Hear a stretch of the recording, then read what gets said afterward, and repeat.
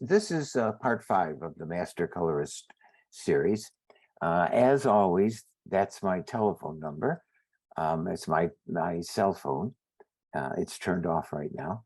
And if you need to send me hair color questions, this is my email for just general questions about any color brand or any individual questions that you have.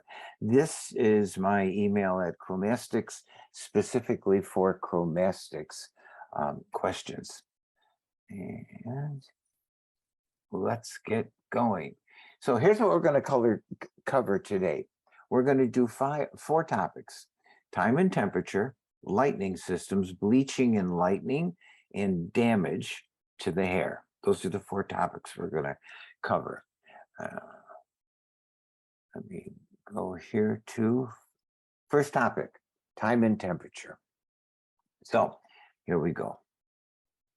At room temperature, depending upon the texture of the hair, the absorption and development of the dyes and couplers takes approximately 30 to 45 minutes.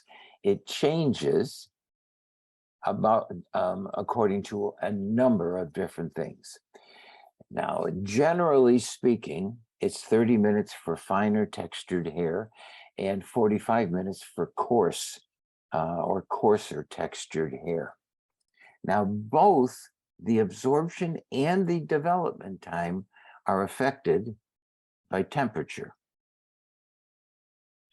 So let me explain to you how it works. First of all, when we add peroxide to a color formula, the color and the color formula has both molecules of a dye and molecules of at least one, possibly more, couplers. And when they combine, they create hair color. Now, they need the hydrogen peroxide in order to combine. So when this happens, they naturally vibrate.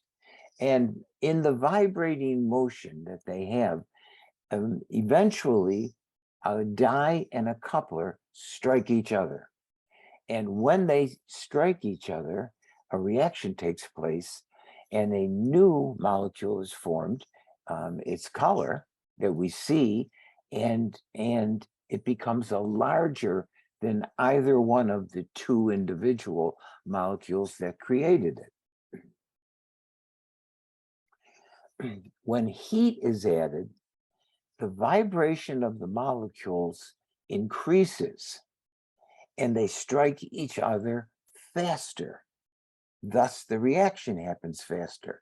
That's why when you put somebody under a steamer or a warm dryer, it speeds up the reaction. It's because of the natural vibration of the molecules. They strike each other faster, and kaboom, you get faster hair color. Now, for every 10 degrees Celsius, the entire world uses Celsius except for the United States.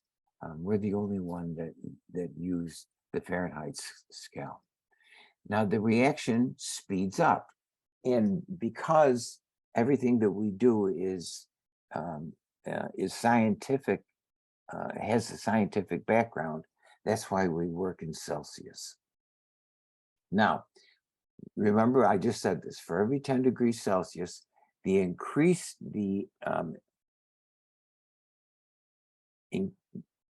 speed of the reaction increases by about 1.7%.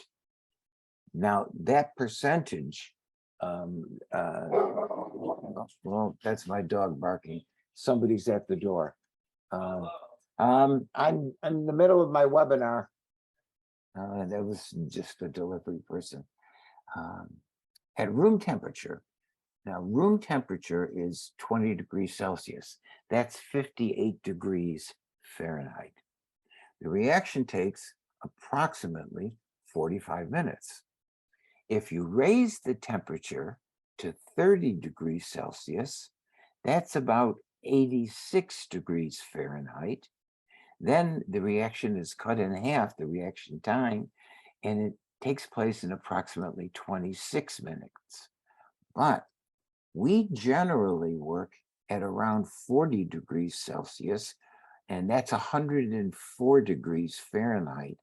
And this is a warm dryer, not a hot dryer. And it is also the temperature that you want to achieve when you're working with a steamer. And in that case, the reaction takes about 16 minutes. Now, if a client steps outside in cooler reaction, the reaction slows down. Now, so for those of you that have clients that step outside to smoke a cigarette, and they're outside and it's winter time, remember, you have to add all of the minutes back on that she was outside, because if it's really cold out, the reaction all but stops. So you need that much more time. If you're going to use heat, my preference is steam heat, and you do not use a plastic cap. You never use a plastic cap with steam heat. Now let me talk about, first of all, any questions? Let me go back here. Whoops, wrong way. Let me go back here. Any questions about anything that I said about time and temperature and the way that hair color works? Okay, no questions. All right, so I'm going to move on. Whoop. Oh, thanks, Melody. Melody said great explanation. Can you all see the questions when they pop up, or am I the only one that can see them? Somebody tell me.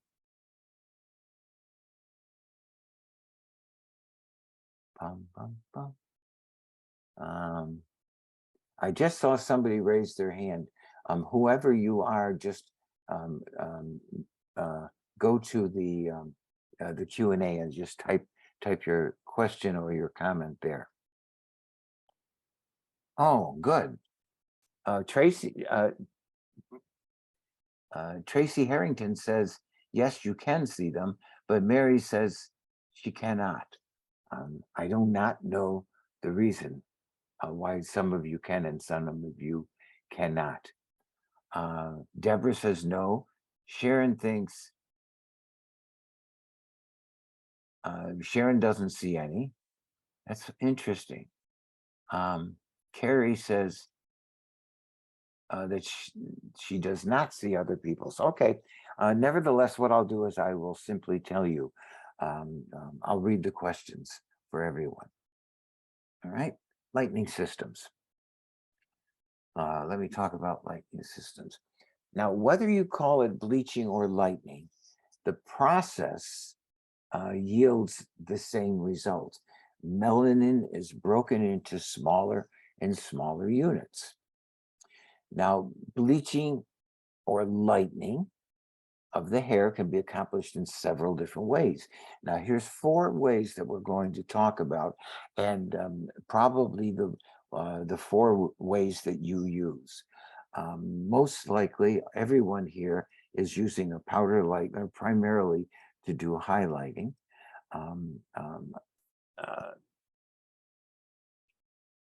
Yes, okay. The other thing is using either liquid or cream lightener, and that is also with persulfates, and it's how you do a double process bleaching on the scalp. And the third thing is by using a high lift hair color, usually with 40 volume developer, and by regular, and the 4th way is by using regular permanent color that both lightens and deposits. Now, let's start with powder lighteners. Powder lighteners are simply the fastest and most effective bleaching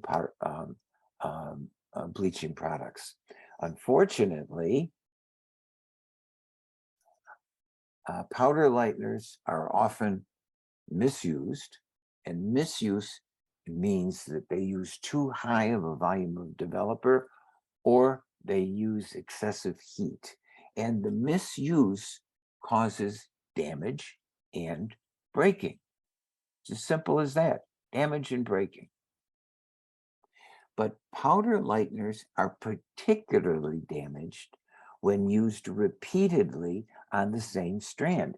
Now, this is why you see people that have terrible highlights that are over dried or falling apart in the color and the hair hair breakage and all of those other things. And it is usually caused when powder lighteners are pulled through the same strand of hair. Now, what this means is that people will go in highlight hair, but some of the strands that they grab have already been highlighted previously. And so they go ahead and they put the, instead of just putting the bleaching product on the new growth, they put it through the entire strand. And that's how you end up with hair that is particularly damaged. Now, liquid and cream lighteners are slower acting than powders, but they can be just as effective when they're used properly.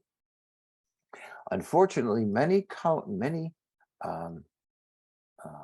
colorists are afraid of liquid lighteners, and they don't use them correctly. They use them incorrectly.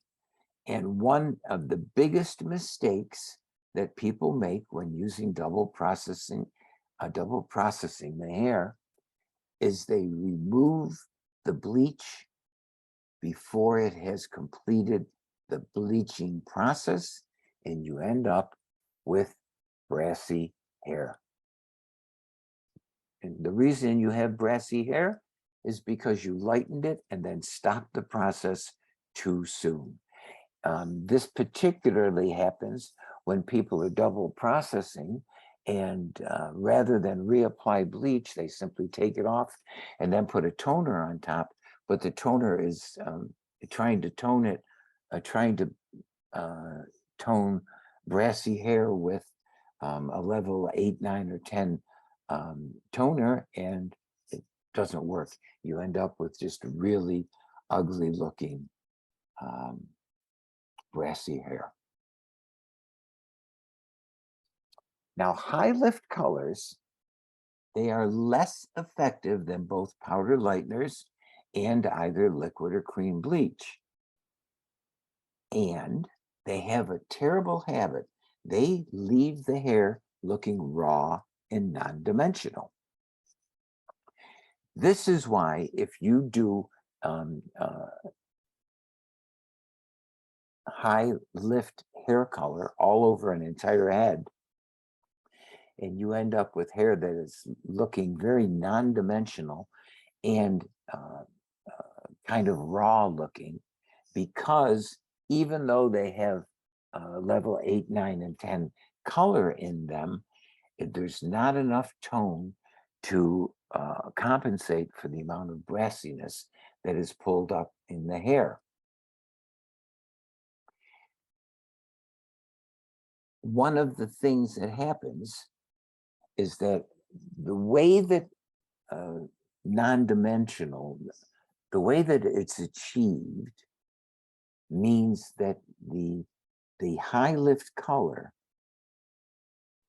has lifted the natural color, but because it has done nothing more than bleach the hair as far as it possibly can in a single process, you end up with color that is non-dimensional.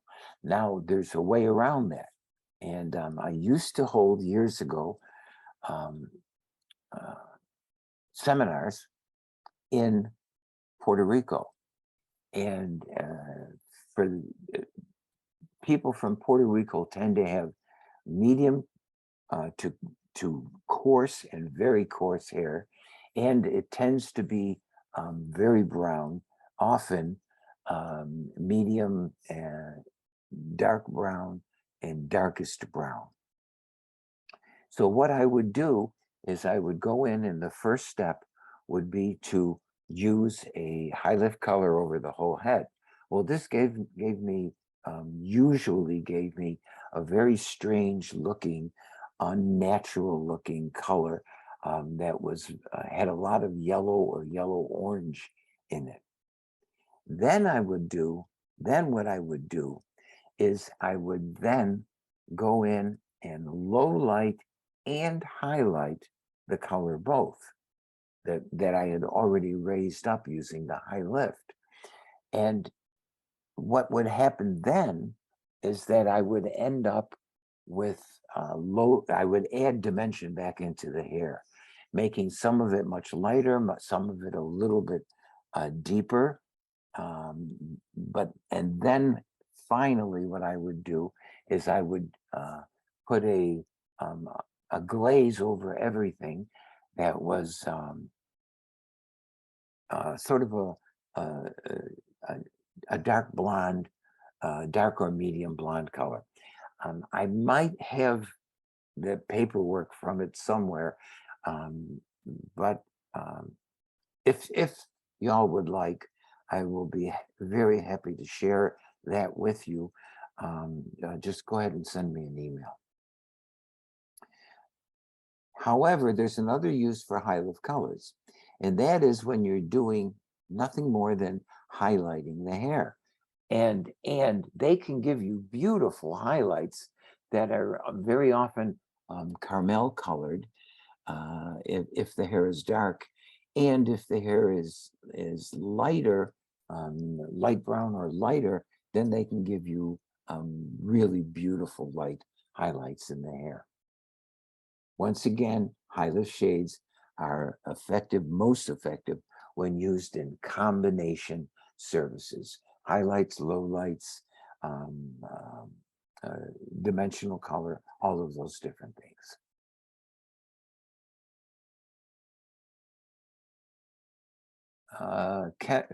Sharon Rogers said, overlapped powder lightener is so common, it leads to broken hair, drives me nuts. I agree. That's exactly what it does lead to, Sharon. Broken hair that breaks very easily.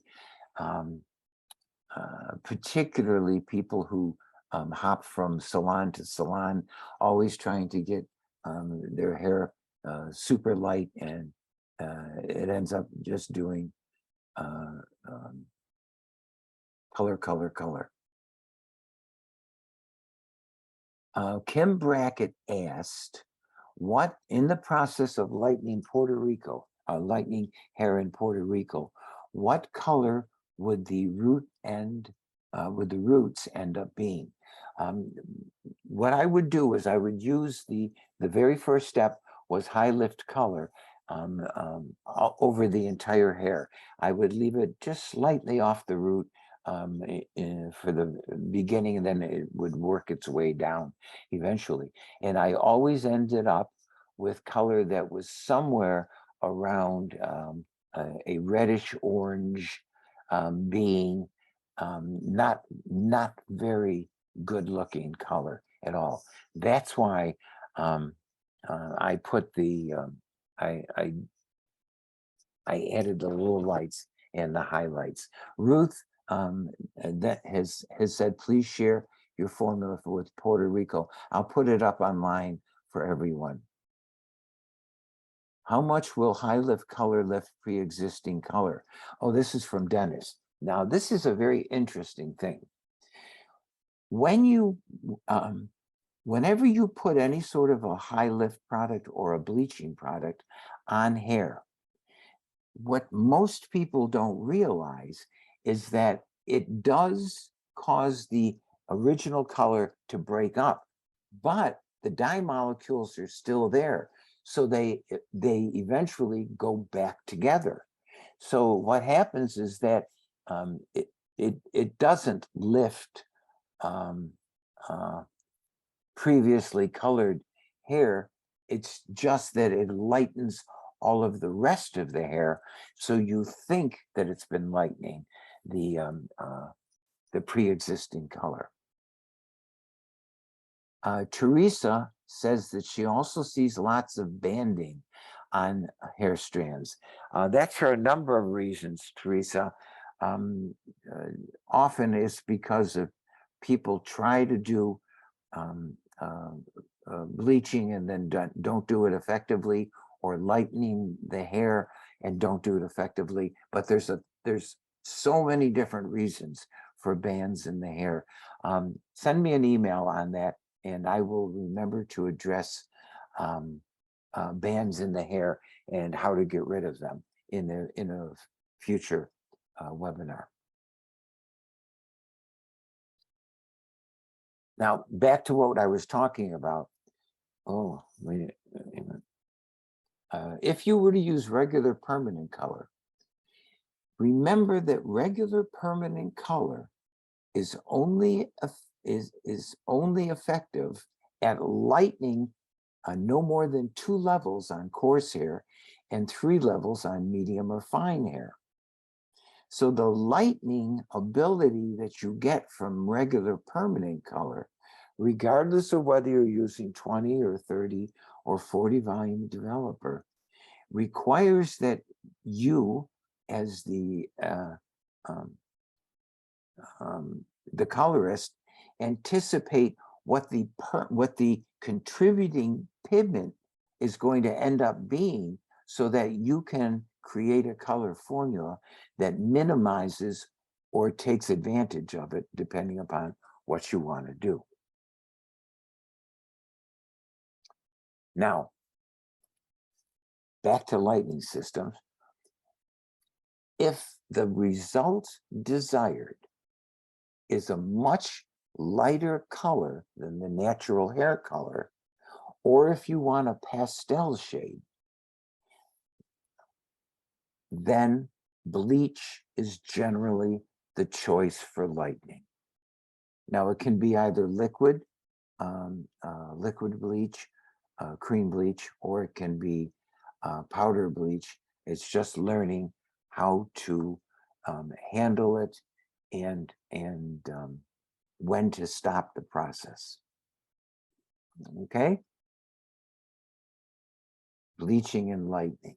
This is a little bit more in depth, and it's also a little bit confusing. I'll go slow and I'll repeat myself as many times as necessary.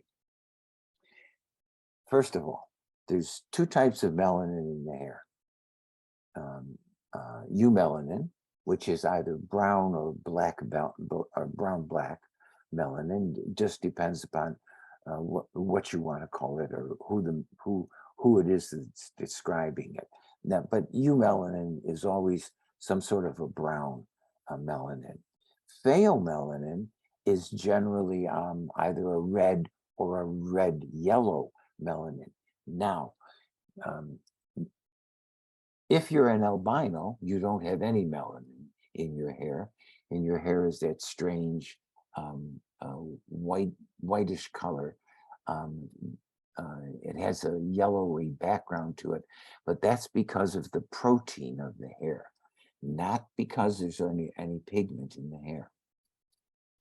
Now, the eumelanin and pheomelanin, these are the same melanins that we find in dogs, cats, cows.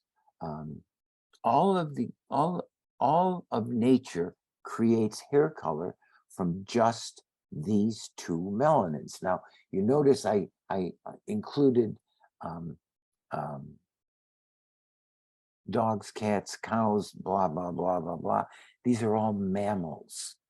And that's how we create hair color in mammals. Now, in human hair, the melanin is enclosed in a granule. Now, the granule varies in shape and size depending upon the melanin that it contains. Now, even though there are only 2 melanins, there are 3 granules in hair. And this is just simply a representation of them.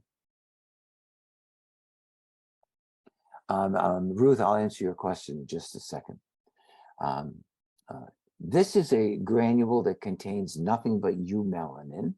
Remember, eumelanin is the one that is brown, brown, black. The more melanin, the darker the hair. This little tiny guy here contains nothing but pure pheomelanin, which is the red or red-yellow melanin of the hair. It can be anything. If you see a natural redhead and it's fiery red, it's probably because it contains only pheomelanin. Generally, it's children. But when you have mixed melanin, in other words, you have both eumelanin and pheomelanin in the same granule, it takes on a shape that's slightly smaller than the eumelanin by itself, but it contains both pheomelanin and eumelanin. Ruth, the last question that Ruth asked was, how long can you relieve powder bleach with 20 volume without damaging the hair? There's no absolute answer to that, Ruth, because it changes with texture. Coarser textured hair can be bleached longer with 20 volume developer and powder bleach. Finer textured hair tends to be more damaged easier. So consequently, if I'm working with powder bleach and I'm lightening the hair and I keep an eye on it, I stop it when the powder bleach has reached the lightening stage that I want it, what the final lightening stage is. If the hair is coarser textured, and I put powder bleach on it, I have left it up to 45 minutes, just bleaching the hair, trying to get it all the way as light as possible, with just 20 volume single time. I also do double process bleaching, and but generally I do it with a cream bleach, not with persulfates, not with powder bleach. Now, when you apply an alkaline hydrogen peroxide solution to the hair, alkaline means that it contains, well, peroxide and ammonia, but remember, it also works with peroxide and MEA, ethanolamine. The hair swells.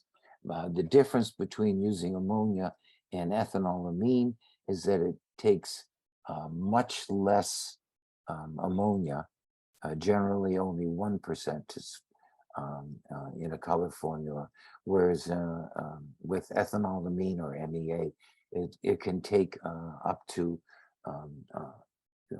6-8 percentage, and it's not as effective as ammonia. So ammonia does less damage. And remember the articles that I ship to everyone. If you don't have the article about peroxide and ethanolamine damage, MEA damage, just send me an email and I'll send them to you. Now, inside the hair, when you put an alkaline peroxide solution on the hair, and it doesn't matter which of the 4 varieties it is, the granule of melanin also swells up and eventually bursts open. And then the melanin dissolves. So when the granule dissolves, the melanin inside it dissolves. We call it solubilized. That means it's liquefied, and then it disperses through the entire strand of hair. Now, I think I have a visual that I'll show you in a second.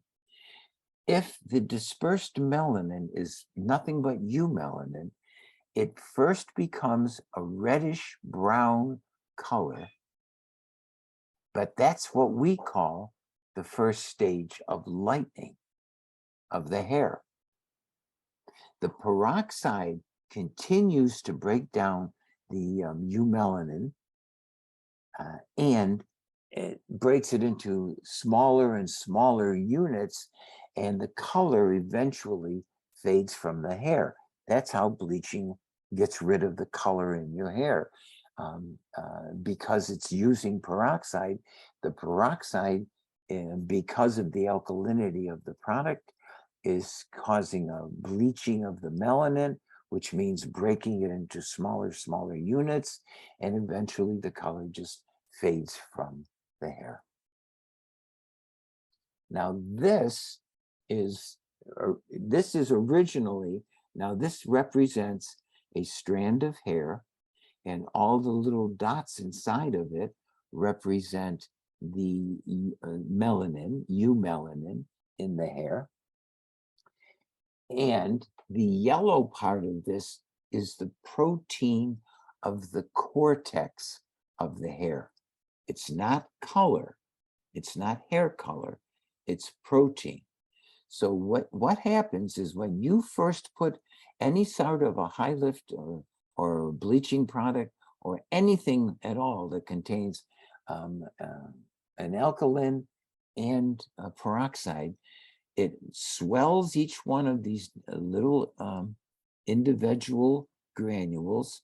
They burst open, the color liquefies, and then you have what appears to be the first stage of lightening, or an overall reddish brown appearance. Then the peroxide keeps breaking it down, and it becomes more orange-like, and then very yellowy, and then eventually pale yellow. Now, the pale yellow that's left over is just simply the protein of the hair. I know it looks a little bit lighter here than it does here. It's just a computer anomaly.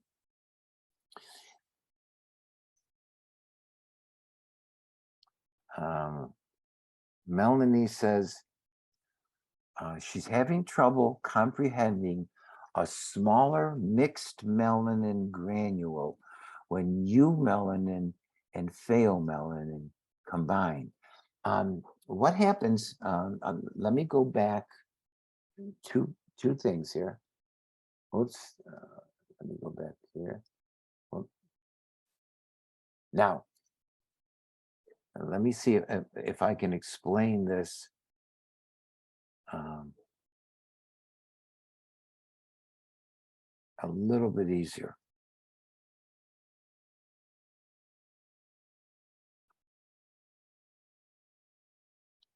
Eumelanin, mixed melanin, contains both pheomelanin and eumelanin. It is just simply the shape that it's created by nature, and it has both melanins inside of this mixed melanin granule. The two melanins are still separate. But what happens when you lighten a mixed melanin, in other words, somebody who has natural warm hair or is a natural reddish brown, if it contains the mixed melanin, it's only the eumelanin that lightens. That's why when you have mixed melanin hair, a natural redhead, it becomes really, really brassy, and you can't seem to get through with it. And that's because unless there's some new amazing discovery that I am not familiar with yet, you can't bleach pale melanin.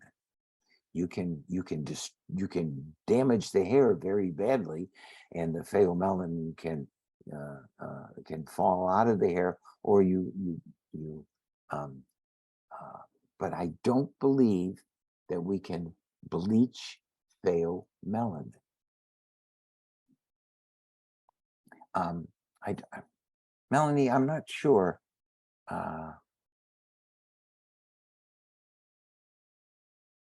Is it simply that you don't understand how it's a smaller granule? And these granules, I don't know. I don't know. Dale Smith said, is it true that 80% of lift from a lightener happens in the first 20 minutes? That's an interesting phenomenal that I have heard for many, many, many years. And one of the, I have a video, and I think it's on YouTube, and I don't know what the name of it is. However, in the video, what I do is I take natural hair and I stop the lightening process at different intervals, so you can see how much of a lightening that you get in over every 10 minutes. And I don't believe that this 80% of lift happens in the first 20 minutes. I don't believe it's true, because peroxide continues to work as long as it's in an alkaline environment, and it works, and depending upon the higher the volume of developer, the more lift that you get.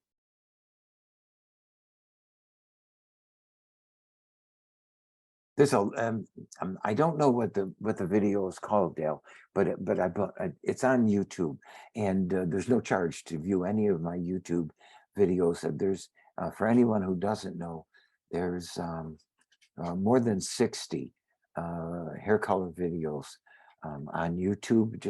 Just search for Tom Dispenza. Join the group. Or you don't have to join the group, but if you join the group, then they'll all be there. If you don't join the group, you'll have to try and find it on your own. Carrie said, how do you choose to stop the lightening process? Water in a towel. I've used Malibu C Detox, which is supposed to stop oxidation. Thoughts or tips on this? First of all, Melanie, I am a Malibu fan. I think Malibu is an excellent process. I've only used it before hair color. Deox sounds like it might be a new process. I don't know.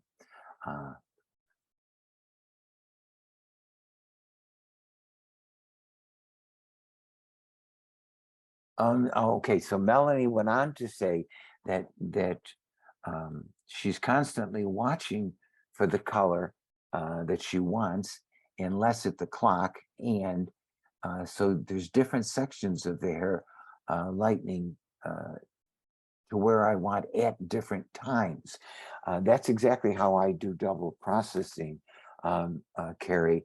I stop the process. I start in the lower nape area, and when that has reached the color that I want it, I rinse it off. I do the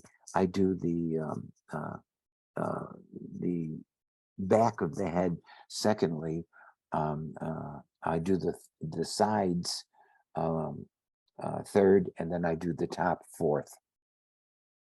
The way that I do that is simply the method that I prefer, so that I can stop it each section when it reaches the level that I want.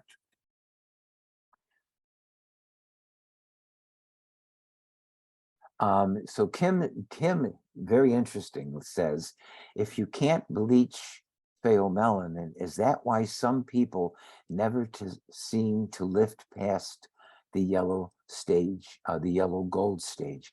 The answer is both yes and no. The people who have pheomelanin in their hair, yes, that's one of the reasons that you get stuck in a really brassy stage.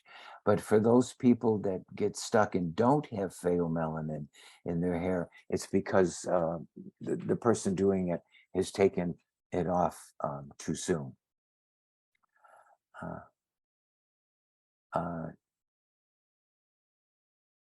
Melanie says, seems when you add anything together, the result is bigger.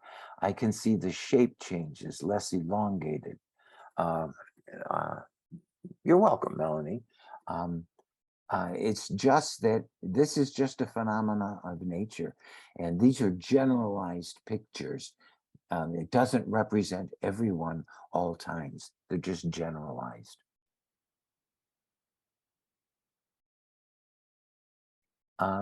Lisa Marie says, are you still only using 20 volume when with the bleaching process you're discussing when dealing with pheomelanin, or can you use a higher developer?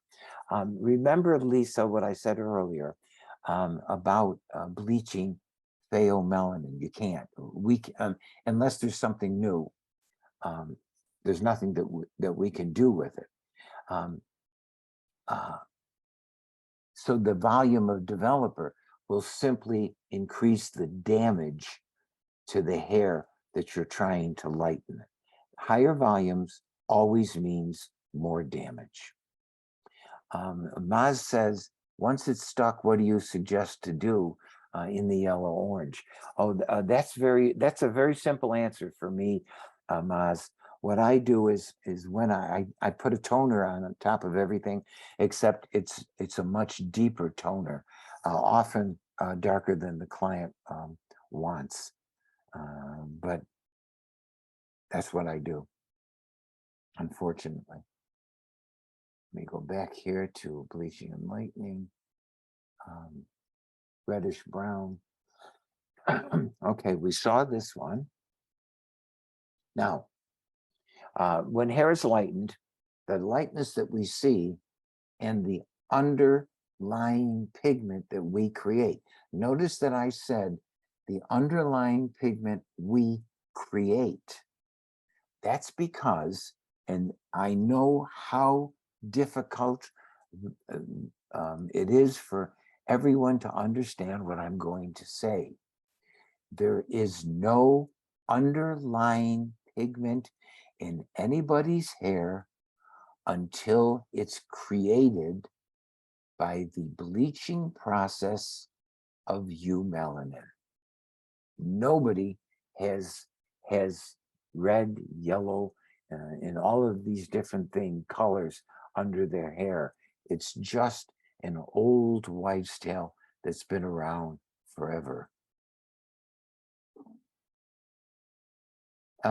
Lisa Marie then said, how about using a charcoal-based lightener that would create lighter, clearer results? Once again, Lisa Marie, unless there's something new that I'm unaware of, pheomelanin cannot be bleached. Now, I understand that there are now charcoal-based lighteners in the marketplace. The problem that I see, and correct me if I'm wrong, is that if it is a charcoal-based lightener, it means the charcoal eventually washes from the hair and the color is just simply brassy, once again. Now, if you're referring to charcoal as an actual pigment that is a blue violet pigment that's created, it still cannot bleach pheomelanin. Now, oops, oh darn, I screwed up again. Here we go. When the hair is lightened, the lightness we see and the underlying pigment we create depends upon the following 5 things. The product that we use, so that means you might be, you could be lightening hair using a single process color because you want to lighten it a little bit, or uh, and you want to color white hair at the same time. Or you could be using a bleaching product to get everything all up to a much lighter stage before you put a toner on top of it. The second thing that's important is the developer that we used. Remember that higher volume of developer will lighten hair color more, will lighten natural hair color more, but the downside of it is that the higher the developer, the more damage that you create. Now, the texture of the hair is important because coarser textured hair has much more pigment in it and requires longer to lighten, and also requires sometimes a higher volume of developer. Now, the depth of the skin is another factor that you must think about, because the darker the skin tone, that means the more yellow of the protein that holds the hair together, those disulfide bonds that hold a strand of hair together, because it's not a single strand, it's many millions of fibrils. So the depth of your skin also depends upon, is also an indicator as to how light your hair will become. And then the color and depth of your eyes. And remember what I told you many moons ago, and that was blue eyes are generally the easiest eyes to work on. But the darker the color of the eye generally indicates more melanin in the hair, but also be very, very careful of gold rings or gold flecks in the eye, because that's generally an indication of pheomelanin. Now, products that contain persulfates are the most effective and can be lighten the hair to pale yellow color over time using 20 volume developer. It's just that it takes longer when you use 20 volume developer. Yes, you can go faster by changing 20 to 30 or 40, but remember that you are increasing the damage to the hair.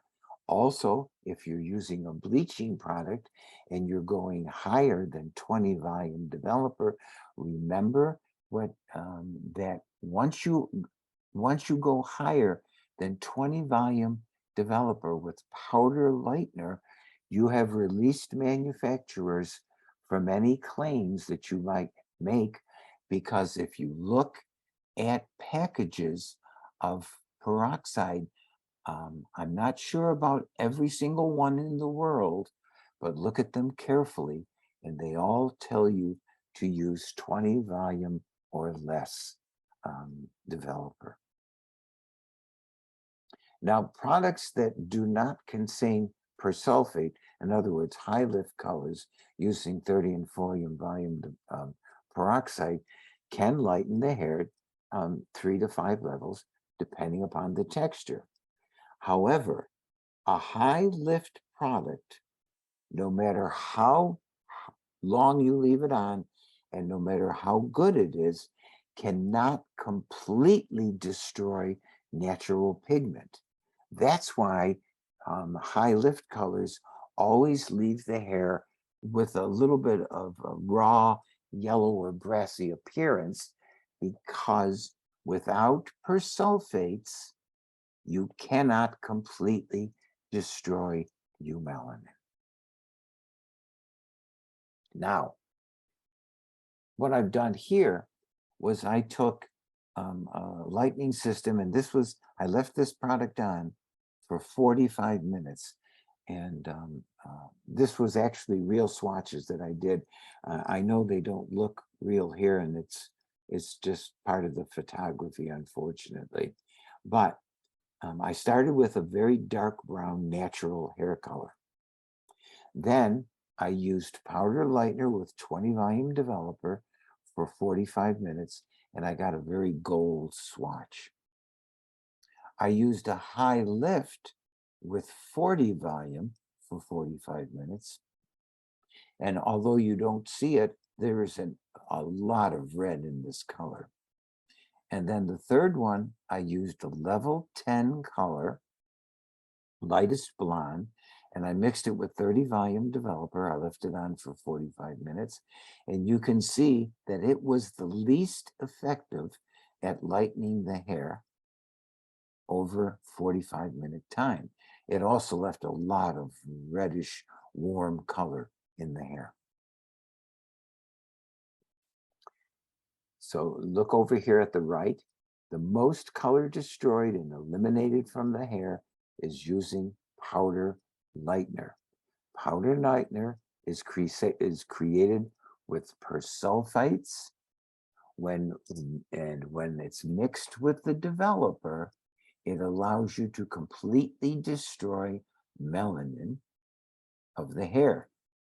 Persulfates are necessary to create the lightest possible result. In other words, hair that you want to tone to silver or platinum. High lift colors, even though they're mixed with 40 volume developer, cannot completely destroy melanin as effectively as powder lightener or bleach. And level 10 color is even less effective.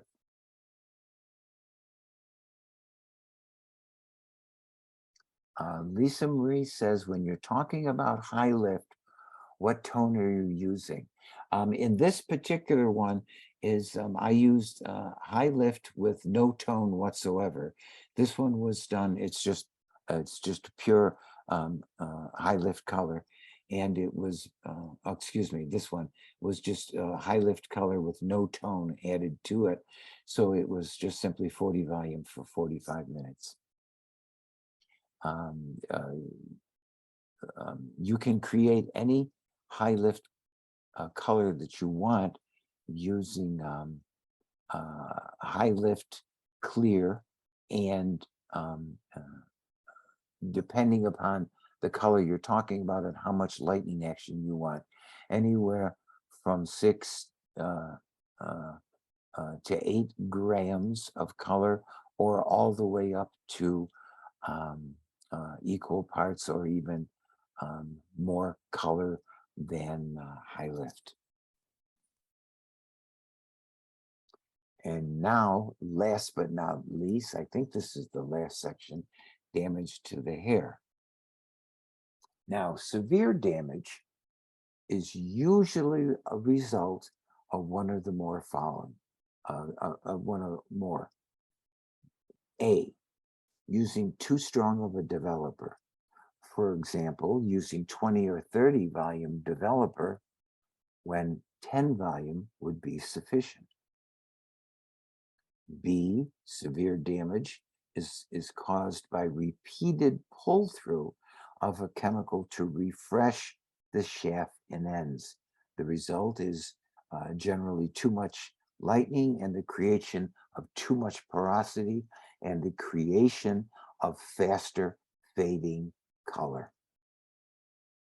That's right. When you repeatedly pull chemicals through the shaft and ends, and it contains either ammonia, a substitute for ammonia, and developer, you get faster and faster fading of the color. The only way you can slow the fading down and cause it to not fade after 1 week is by using deposit only color as a refresher, period. I don't know of any other process. And third is allowing a chemical to process too long it can cause the destruction of the intended color. It can over lighten the hair. It can destroy chemical bonds, and it can increase fading. Now, here's a typical example of this. Over lightening the hair. Let's say that you wanted only to lighten the hair one, possibly two levels. So instead of using 20, you wanted to speed it up. So you use 30 or 40 volume. Well, that can also destroy more of the chemical bonds that hold the strand together, can increase porosity, and can increase the fading factor of the hair.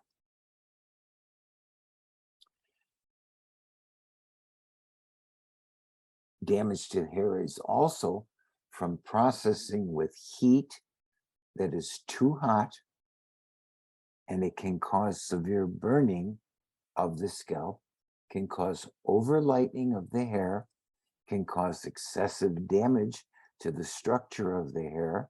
That means the hair just melts or breaks off, and can increase the probability of an allergic reaction to hair color. Now that's when you process, when you use,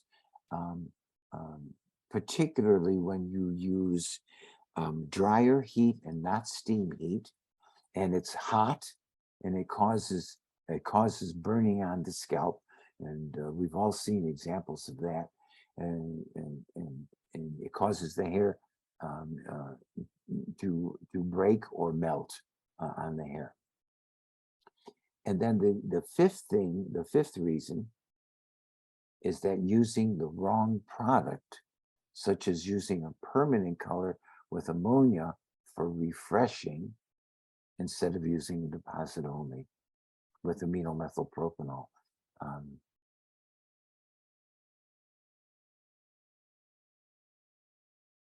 Okay, Lisa Marie, would it have been better to use 11A or added a booster as well? No, absolutely not, Lisa Marie. And here's the reason why. First of all, if you use an 11 ash color, a booster, which is a persulfate, destroys the ashiness of the color, and you end up with that's why it gets very dark as soon as you add a booster to it. It destroys all the dye. So then you end up with no toning, or just a minimal amount that is worse than if you had used 11A all by itself. No matter how many times you ask, Lisa Marie, and no matter how many times I have to say it, I will continue to say, I don't know of any way to bleach pale melanin. Nothing bleaches pale melanin that I am aware of. Now, chemical damage results from higher volume of peroxide, and the damage is directly proportional to the strength of the peroxide. The higher the volume, the higher the damage.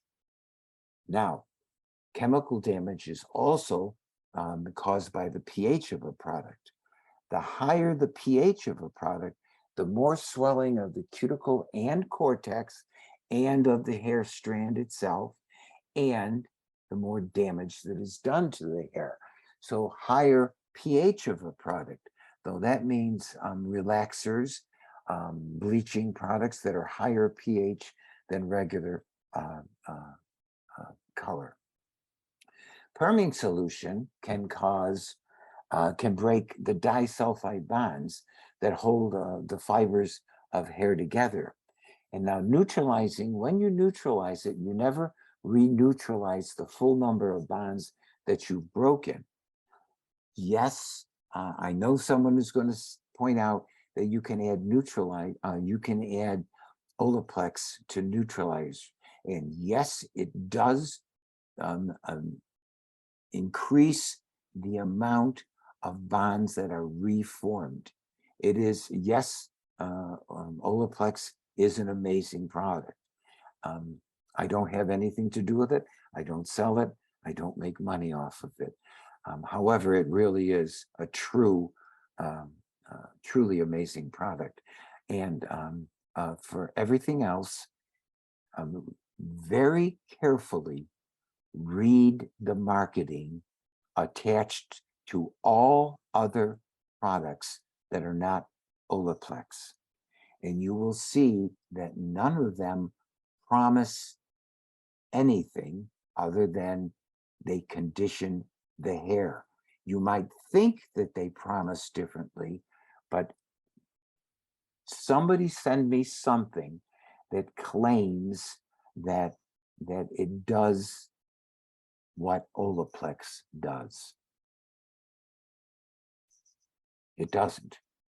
They're all just very expensive conditioners.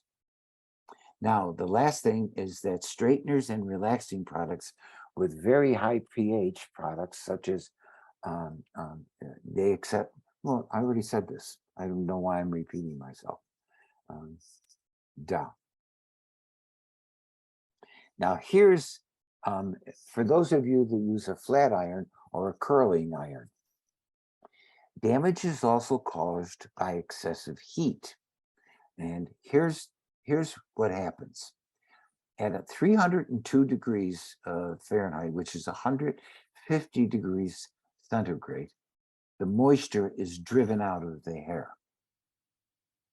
But from 320 to 345, that's when, depending upon the texture of the hair, that's when you begin to melt the protein that actually makes up the hair. So if you hold an iron on the hair in one spot too long, then you begin to melt the actual protein of the hair. Somewhere I have, there's pictures of it somewhere that shows the damage created. I check on YouTube. I don't know what the title is.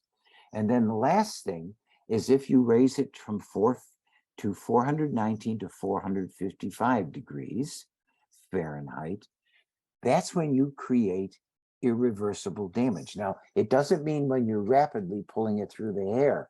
It means when you hold it in a spot and then you cause damage that cannot be repaired because you have melted and destroyed the actual cortex of the hair. Damage happens not only to the external cuticle layer, but also to the interior cortex of the hair. Remember that you're breaking, not only are you breaking bonds when you're using when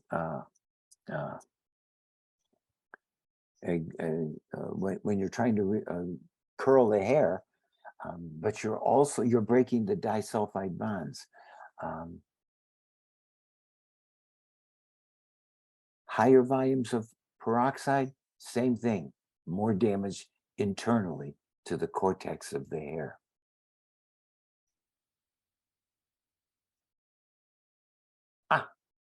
Now, whoops, I didn't mean to do that.